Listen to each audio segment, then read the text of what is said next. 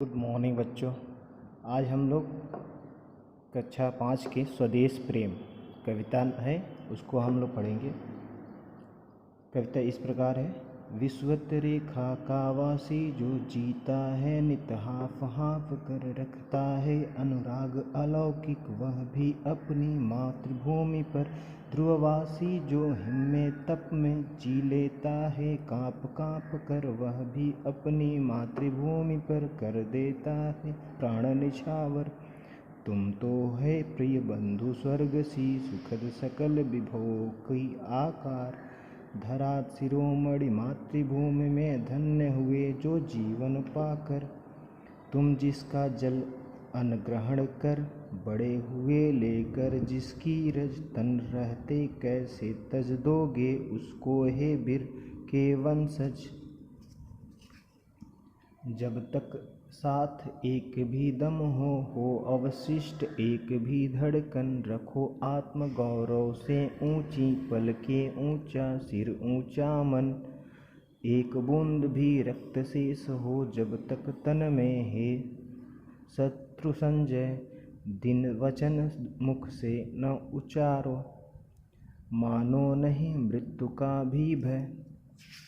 ये कविता थी। हम अब इसका अर्थ देखेंगे। पहली जो लाइन है इसमें विश्वत रेखा का वासी जो जीता है नित हाँफ हाँफ कर रखता है अनुराग अलौकिक वह भी अपनी मातृभूमि में। यानी कि जो देश विश्वत रेखा पर है, यानी कि हमारा देश जो है विश्वत रेखा पे है, तो वहाँ के लोग क्या है गर्मी में के वजह से परेशान होते हैं, क्योंकि विश्वत रेखा पे ज़्यादा गर्मी पड़ती है। लेकिन गर्मी को झेलते हुए भी वो हाफ हाफ कर मतलब जीते हैं, यानी कि गर्मी को झेलते हुए भी वो जीते हैं। और उसके बाद भी क्या रखता अनुराग अलौकिक वह भी अपनी मातृ, उसके बावजूद भी गर्मी को झेलते हुए सब कुछ होते हुए भी वे अपनी मातृभूमि से प्रेम करते हैं, विशेष प्रेम करते हैं, विशेष लगाव होता है। अगला, ध्रुववासी जो हिम में तप में। और जो ध्रुववासी, जो आपको पता है कि पृथ्वी के उत्तरी और दक्षिणी दोनों गोलार्ध हैं, उसको ध्रुव बोला जाता है। तो उत्तरी ध्रुव और दक्षिणी ध्रुव दोनों जगह एकदम बहुत ज़्यादा ठंड पड़ता है और वहाँ बर्फ़ जमी रहती है। तो वहाँ पे भी जो रहने वाले वासी हैं, वहाँ के रहने वाले लोग हैं, वह भी ठंड से काँप काँप कर जीते हैं। लेकिन उसके बावजूद भी वह भी अपनी मातृभूमि पर कर देता है प्राण। उसके बावजूद भी वो अपने मातृभूमि के लिए, उसकी रक्षा के लिए अपने प्राण तक न्यौछावर कर देते हैं, यानी त्याग कर देते हैं। तुम तो हे प्रिय बंधु स्वर्ग सी सुखद सकल विभव की आकार। यानी कि तुम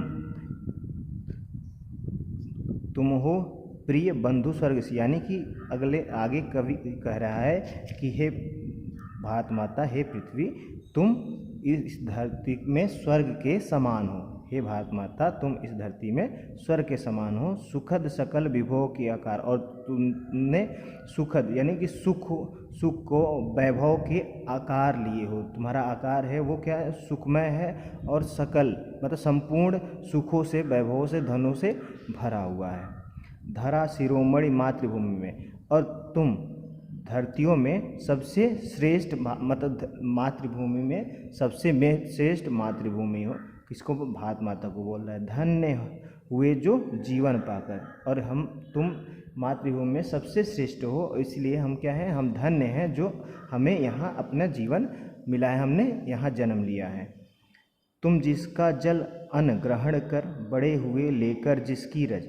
ठीक, आगे कह रहा है कवि कि हम लोग, तुम यानी कि हम लोग जिस भी जल अन्न को ग्रहण किए हैं और बड़े हुए लेकर, और जो जिन धूल के कणों में हम लोग, यानी जिस धरती माता पे हम लोग खेले हैं, बड़े हुए हैं, वो क्या है, तन रहते कैसे तज देंगे। और इस भारत माता को, यानी कि अपने मातृभूमि को, जिसमें हम लोगों ने अन्न को खाया, जिसके जल को ग्रहण किया, जहाँ पर हमने खेला, उसको हम कैसे त्याग कर देंगे? उसका त्याग हम नहीं करेंगे। उसको हे वीरों के वंशज। आगे कह रहा है कि हे वीरों के वंशज, यानी कि हम लोग क्या हैं, वीरों के वंशज हैं, क्योंकि हमारे क्रांतिकारियों ने हमारे आज़ादी दिलाई है, तो हम लोग क्या हैं, उनके वंशज हैं। और हमें अपनी धरती माँ को रक्षा करना है, धरती माँ की रक्षा करना है। आगे, जब तक साथ एक भी दम हो अवशिष्ट एक भी धड़कन, यानी कि जब तक हमारे शरीर में एक आखिरी सांस तक, मतलब एक भी दम हो यानी हम अपने आखिरी सांस तक, और अविष्ट एक भी धड़कन, और आखिरी धड़कनों तक हम क्या करेंगे, यानी कि जब तक हम जीवित रहेंगे तब तक रखो आत्मगौरव से ऊंची, पलकें ऊंची सिर ऊंचा, यानी कि तब तक हम अपने आत्मगौरव को, यानी कि अपने भारत माता को आत्मगौरव मानकर उसे सबसे ऊंचा रखेंगे, सबसे पहला उसको अपना स्थान देंगे। ऊंचे पलके सिर ऊंचा मन ऊंचा, ठीक है, यानी कि अपना मन भी ऊंचा रखना है, सिर भी ऊंचा, पलके, मतलब अपने मन को भी उत्साह से भरे रखना है, ठीक है, गलत कार्य भी नहीं करना है जिसकी वजह से हमें सिर झुकाना पड़े, हमें सिर ऊंचा रखना है और अपने भारत माता के मान सम्मान के लिए, अपने देश के मान सम्मान के लिए अपने सारे कार्य करने हैं। एक बूंद भी रक्त शेष हो जब तक तन में हे शत्रु संजय, आगे कह रहा है कवि कि जब तक हमारे शरीर में एक भी रक्त यानी कि खून की आखिरी बूंद है, एक भी बूंद है बची हुई है, शेष मतलब बची हुई, एक भी बूंद बची है, तब तक